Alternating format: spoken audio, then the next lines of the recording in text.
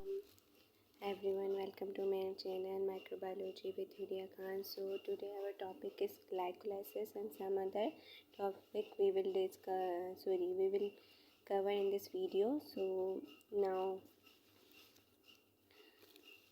start our first topic is glycolysis. आज मैं आपको बताऊंगी कि ग्लाइकोलाइसिस होता क्या है या फिर ये किसी भी माइक्रो ऑर्गेनिज्म में किस तरह से वर्क करता है। तो सबसे पहले मैं नोट्स से मैंने इसलिए आपको पढ़ा रही हूँ ताकि आप अपने नोट्स भी बना सकें और इसको समझ भी लें। Glycolysis is the primary pathway use by nearly all organism to convert glucose to pyruvate. Mainly जो ग्लाइकोलाइसिस होता है ना वो क्या करता है, ये होता क्या है। सबसे पहले तो ये चीज़ आपको पता होना चाहिए, साइटोप्लाज्म के अंदर होता है, ठीक है। तो ये क्या करता है, ये जो है ना ग्लूकोज को कन्वर्ट कर देता है किसमें, पायरुवेट में। यानी कि इसका जो मेन काम क्या होता है, इसका काम ही होता है ग्लूकोज को कन्वर्ट करना पायरुवेट में। In the 9 step pathway 1 molecule of glucose is converted into 2 molecules of pyruvate. एक ग्लूकोज का मॉलिक्यूल किस में कन्वर्ट हो जाएगा, पायरुवेट के 2 मॉलिक्यूल्स में। एंड में जब ये साइकिल कंप्लीट हो जाएगी तो हमें क्या मिलेंगे, 2 पायरुवेट के मॉलिक्यूल्स मिलेंगे। These generate a net gain of 2 molecule ATP and 2 molecule of NADH. The overall process can be summarized. अब देखिए यहाँ पर इसका पूरा प्रोसेस उन्होंने एक रिएक्शन के तौर पे आपको बताया कि ग्लूकोज है, ठीक है, जो 6 कार्बन पर कंटेन होता है, और यहाँ पे 2 NADH है, ठीक है, और 2 ADP हैं और 2 फॉस्फेट यहाँ पर आपको हम दिख रहे हैं। तो इन सब को हम रिएक्शन करवाएंगे तो हमें क्या मिला, 2 पायरुवेट के मॉलिक्यूल्स मिले, 2 NADH और 2 हाइड्रोजन और 2 ATP मिले। ये सारा हमारा क्या हो गया, आउटकम। इनपुट हमने ये दिया और हमें आउटपुट क्या मिला, ये मिला, ठीक है। In addition to generating ATP and reducing power NADH, the pathway produce 6 of the 12 precursors molecule needed by E. coli. Because none of the reaction in the pathway require molecular oxygen, it can occur under either aerobic or anaerobic condition. अब ये कह रहे हैं कि यहाँ पर जो है हमें ATP के मॉलिक्यूल चाहिए होते हैं किसको रिड्यूस करने के लिए, इसके जैसे कि अगर हम इकोलाई ले लें, कोई सा भी बैक्टीरिया ले लें, तो उसमें जब ग्लाइकोलाइसिस का प्रोसेस होता है तो उसमें आपको पता है क्या जनरेट होंगे, ATP जनरेट होंगे, ठीक है। तो ATP को बनाने के लिए हमें इस साइकिल को करवाना पड़ता है। और ये क्या ये हो सकती है, इट कैन अकर अंडर इधर, या तो फिर एरोबिक में हो या तो फिर एनारोबिक कंडीशन में। लेकिन जनरली ये क्या होती है, एनारोबिक कंडीशन में होती है, जिसमें जो है यील्ड क्या मतलब मिलते क्या हैं, लैक्टिक एसिड, लैक्टिक एसिड, या फिर जो दूसरी भी हम कोई भी अगर साइकिल करवाते हैं जैसे फर्मेंटेशन है, वो भी एनारोबिक कंडीशन में होती है, विदाउट ऑक्सीजन होती है। तो इस तरह से होता है। अब इसका फर्स्ट स्टेप क्या है, a high energy bond is expended to initiate the pathway when a phosphate group form ATP is transfer to glucose. तो सबसे पहले क्या होगा कि ATP जो है वो ट्रांसफ़र कर देगा, ATP ट्रांसफर ग्लूकोज, यानी कि ATP के थ्रू जो है क्या होगा, जब जो है फॉस्फेट ग्रुप से ATP जो है वो ट्रांसफ़र हो जाएगा कहाँ पे, ग्लूकोज में। फॉर्मिंग ग्लूकोज क्या बना देगा, ग्लूकोज 6 फॉस्फेट बना देगा बैक्टीरिया के अंदर। The high energy phosphate bond is expended as glucose is being transport into the cell. तो इसी तरह से पहले क्या बन जाएगा, क्या बनेगा, पहले ग्लूकोज 6 फॉस्फेट बनेगा। किस तरह बन रहा है कि फॉस्फेट से ATP ट्रांसफ़र हुआ ग्लूकोज में, ठीक है। अब सेकंड में क्या होगा, a chemical rearrangement occur to generate fructose 6 phosphate. फिर ग्लूकोज 6 फॉस्फेट के बाद क्या बनेगा, फ्रक्टोज 6 फॉस्फेट बनेगा, ठीक है। तो अब अगर हम इसका थर्ड स्टेप देखें, देखिए पूरी एक साइकिल भी आपको दिखा रही हूँ मैं। तो इसका पहले हम थर्ड स्टेप पढ़ लेते हैं। A second high energy phosphate bond from ATP is expended to form fructose 1,6 biphosphate. फिर 6 फॉस्फेट से क्या बन रहा है, फ्रक्टोज 1,6 बाईफॉस्फेट। यहाँ पर भी क्या बनेगा, ATP। Primary the molecule so it can be more readily split into 2 molecules. The step is non-reversible and serve as an important control point for the pathway. High level of ATP inhibit the allostatic enzyme that catalyze the step. अब यहाँ पर कुछ enzyme भी act करेंगे जिसमें ये molecule convert हो रहा है, ठीक है। अब ये हो किस तरह है, मैं आपको दिखाती हूँ। यहाँ पर ये देखेंगे क्या है, ग्लूकोज 6 फॉस्फेट ग्लूकोज से कन्वर्ट हुआ ग्लूकोज 6 फॉस्फेट में। और यहाँ पर क्या हो रहा है देखें, एटीपी जो है एटीपी में कन्वर्ट, ट्राईफॉस्फेट से डाईफॉस्फेट बन रहे हैं। तो ये क्या लिखा हुआ है, ATP is expended to add a phosphate group. Phosphate group यहाँ पे ऐड हो रहा है, ठीक है, डाईफॉस्फेट। और इसको जो करवा रहा है, कौन सा एंजाइम इन्वॉल्व है इसमें, हेक्सोकाइनेस या ग्लूकोकाइनेस, ठीक है। उसके बाद जब ये 6 फॉस्फेट कन्वर्ट होगा किस में, फ्रक्टोज 6 फॉस्फेट में, तो क्या होगा, केमिकल रीअरेंजमेंट, मैंने पहले ही बता दिया आपको, केमिकल रीअरेंजमेंट होगी। और इसमें कौन सा जो है एंजाइम ऐड करेगा, हेक्सोस या हेक्सो आइसोमेरेज या फॉस्फोकाइनेस 1, ये एक्ट करेगा इसको कन्वर्जन में, किसमें, ग्लूकोज 6 फॉस्फेट फ्रक्टोज 6 फॉस्फेट में जब कन्वर्ट होगा, ठीक है। फिर उसके बाद क्या होगा, ये जो होगी एक इरिवर्सिबल, यानी कि जो रिवर्स प्रोसेस नहीं होगा। तो इसमें क्या होगा, ATP extended to add a phosphate group. अब दोबारा से यहाँ पर क्या है, एक फॉस्फेट ग्रुप ऐड होगा, तो क्या बन जाएगा, फ्रक्टोज 1,6 बाईफॉस्फेट, ठीक है। तो जब ये बन जाएगा तो यहाँ पर देखें क्या बता रहे हैं कि यहाँ पर क्या, फ्रक्टोज 1,6 बाईफॉस्फेट एल्डोज जो है एंजाइम यूज़ हो रहा है। तो इसमें क्या हो रहा है, 6 carbon molecules is split into 3 carbon molecule. 6 carbon जो है वो टूट के कितने बन जाएंगे, 3 कार्बन बन जाएंगे। और इसमें क्या होगा, chemical rearrangement of one of the molecule occur, ठीक है। केमिकल रीअरेंजमेंट किस तरह से होगी, NAD जो कन्वर्ट हो जाएगा NADH में, H प्लस बन जाएगा, हाइड्रोजन यानी कि इसमें ऐड हो जाएगा। अब यहाँ पर देखें इसी तरह से हो रहा है, हाइड्रोजन ऐड हो रहा है, यहाँ पे NAD से NADH बन रहा है। तो इसमें जो है हम आगे अगर देखें इसका, ये क्या था, 4 ये हो गया डिहाइड्रो ऑक्सी एसीटोन फॉस्फेट, ये इसके थ्रू जो है इसमें कन्वर्ट हो रहा है, ठीक है। फिर उसके बाद अगर हम यहाँ देखें तो ये पहले हमारे पास ये क्या बन गया था, फ्रक्टोज 1,6 बाईफॉस्फेट, फिर ये कन्वर्ट हो जाएगा ग्लिसरीन एल्डिहाइड 3 फॉस्फेट, ठीक है। फिर ये कन्वर्ट हो जाएगा किस में, ये NADH किस में कन्वर्ट हो गया, NADH में। और ये फिर किस में कन्वर्ट हो गया, 1,3 बाईफॉस्फेट, ठीक है। तो यहाँ पर भी देखें ये लिखे हुए, the addition of phosphate group is couple in an addition generating NADH and high energy phosphate bond. और यहाँ पर क्या बन जाएगा, हाई एनर्जी फॉस्फेट बॉन्ड बन जाएगा।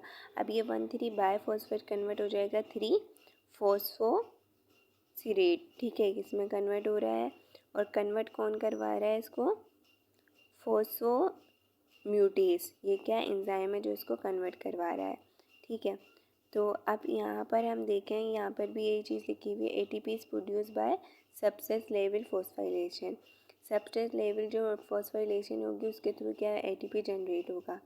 अ केमिकल रीअरेंजमेंट अकर, फिर दोबारा केमिकल रीअरेंजमेंट होगी, water is remove causing the phosphate bond to become high energy.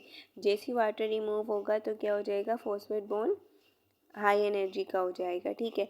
फिर 3 फॉस्फोरेट किस में कन्वर्ट हो जाएगा, 2 फॉस्फोरेट में। और फिर ये जब कन्वर्ट होगा किस में, फॉस्फोफिनोपाइरुवेट, फॉस्फोफिनोपाइरुवेट किस में, एंडोलेज जो है एंजाइम इसको कन्वर्ट कर रहा है इसमें, ठीक है। उसके बाद क्या होगा, ये जो है जब पायरुवेट में कन्वर्ट होगा तो किसके थ्रू है, पायरुवेट काइनेज के थ्रू ये कन्वर्ट हो जाएगा, ये भी इरिवर्सिबल रिएक्शन होगा, ठीक है। यहाँ पर भी यही चीज़ बताई हुई है आपको, ATP is produce by substrate level phosphorylation, ठीक है। ADP से यहाँ पे लास्ट में ATP बन जाएगा और फॉस्फेट जो है फिर रिमूव हो जाएगा यहाँ से। तो ये देखें ये लिखा हुआ है, the glycolytic glucose to pyruvate generating substrate level phosphorylation reducing the form of NADH and 6 different metabolized. तो यही यहाँ पे जो है चीज़ हो रही है। अब इसके लास्ट स्टेप में देखें क्या है, the 6 carbon compound form in the previous step is split to form 2,3 carbon molecule, glyceraldehyde 3 phosphate यानी कि G3PN, DH यानी कि dihydroxy acetone phosphate, the latter molecule readily converted into G3P and therefore we will consider it equivalent to G3P। मतलब कि ये किस में convert हो रहा है, लास्ट स्टेप तो आपने यहाँ पर देखा कि जो है ये फॉस्फोपाइरुवेट फॉस्फोफिनोपाइरुवेट पाइरुवेट में कन्वर्ट हो रहा है, किसके थ्रू, पाइरुवेट काइनेज एंजाइम के थ्रू।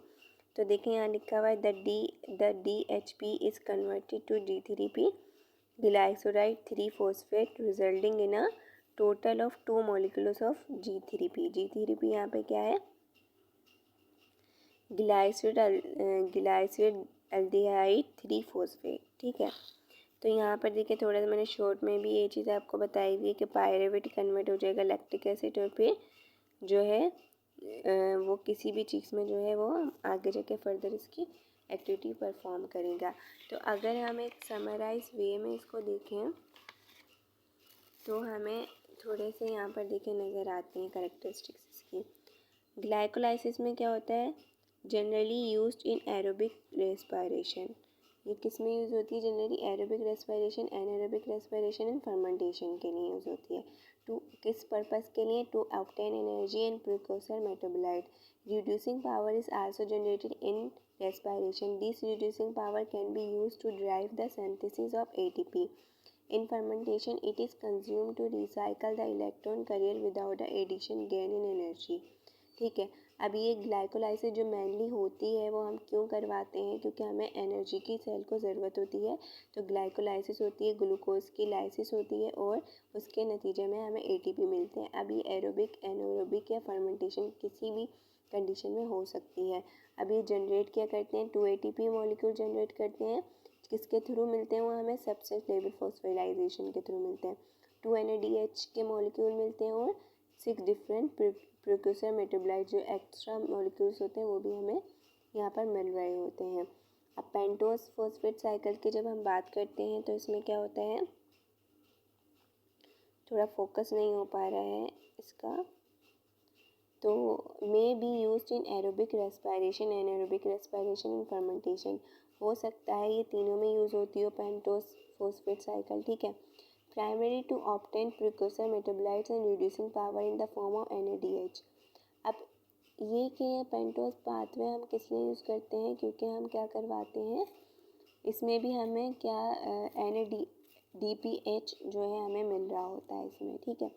इसमें जो है हमें क्या मिलते हैं, इसमें क्या जनरेट होते हैं, ATP जनरेट होते हैं, ठीक है, सबस्ट्रेट लेवल फॉस्फोराइलेशन के थ्रू। और NADPH जो है प्लस में हाइड्रोजन ऐड हो जाता है और हाइड्रोजन आपको पता है एनर्जी देता है। 2 डिफरेंट प्रिक्यूसर मेटाबोलाइट्स भी इसमें मिल रहे होते हैं, ठीक है।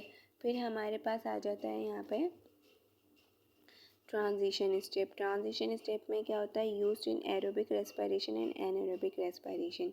The reducing power produce in this step can be used to drive the synthesis of ATP by oxidative phosphorylation. अब इसमें क्या होता है, ये एनारोबिक और एरोबिक दोनों कंडीशन में हो सकता है ट्रांजिशन स्टेप जो है। और इसमें होता ये है कि ये क्या करता है, ये प्रोड्यूस करता है और यूज्ड होता है किसकी सिंथेसिस के लिए, ATP की, किसके थ्रू, ऑक्सीडेटिव फॉस्फोराइलेशन के through. The transition step repeated twice to oxidize also molecule pyruvate to acetyl coenzyme A। तो इसमें क्या होता है, 2 NADPH plus 2H plus ion मिलता है और एक प्रिक्यूसर मेटाबोलाइट्स हमें मिलता है। अब हम बात कर लेते हैं TCS साइकिल के, used in aerobic respiration and aerobic, ये भी दोनों में यूज होती है। The reducing power produce in this cycle can be use to drive the synthesis of ATP by oxidative phosphorylation. अब इसमें क्या होता है, इसमें भी जो है हो सकता है क्या ATP यूज होते हैं किसके थ्रू, ऑक्सीडेटिव फॉस्फोराइलेशन के थ्रू।